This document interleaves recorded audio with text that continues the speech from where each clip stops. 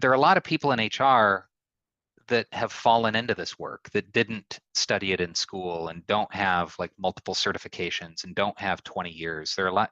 It's a pretty common story how you fell into HR.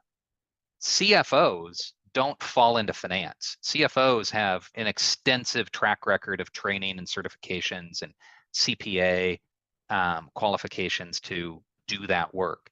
And maybe there's something there where we're sponges and we're trying to absorb whatever's going on. But I feel like there's often this gap in the basics because we don't have as many people in the mid levels, mid and early career stages of our function that are really trained in HR. And that's where you get the basics. That's where cutting my teeth at Pepsi and GE, I learned that some of the basics are goal and role clarity, alignment of priorities. So like who's doing what? What are we trying to accomplish? That is a big role of an HR leader, is helping the organization to organize and helping to communicate and align throughout. And that can lead to incentive plans, and that can lead to org design, and that can lead to workforce planning. How many people do we need to do XYZ to actually get it done?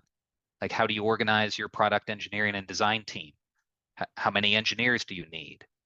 Those are some of the things that you could look at. Not being afraid of the financials, so you actually understand what your labor cost is, what you're paying for facilities. So not to overcomplicate it, what are the basics? How does your org make money? Who does what? What's important right now? Those are Patrick Lencioni, author of Five Dysfunctions of a Team and The Advantage. He lists the 6 critical questions for clarity. Really likes the C's. Critical questions for clarity. It's like what, and some framework like that, whatever it is, like in your next offsite, just getting clarity on what's important right now, who's doing what. And they do some other things like how do we behave, why do we exist, stuff like that. But that's a basic in HR.